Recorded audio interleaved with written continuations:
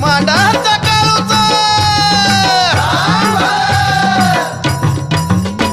चौबाजून गुंफिली माईन करवंदी झाली, चौबाजूनी गुंफिली माईन करवंदी झाली, अनवल्या झाडाला झाली ती वायऱ्याचा बळी, बाईनं ठोकली आरोळी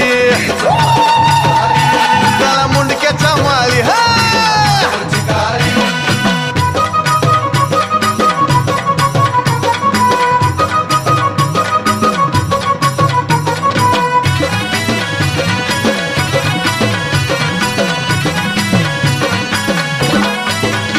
पुण्या हौशानं बांधील बाईचं डोंगरी मंदिर, या माळपंथी कोरल या चिर बंदिर.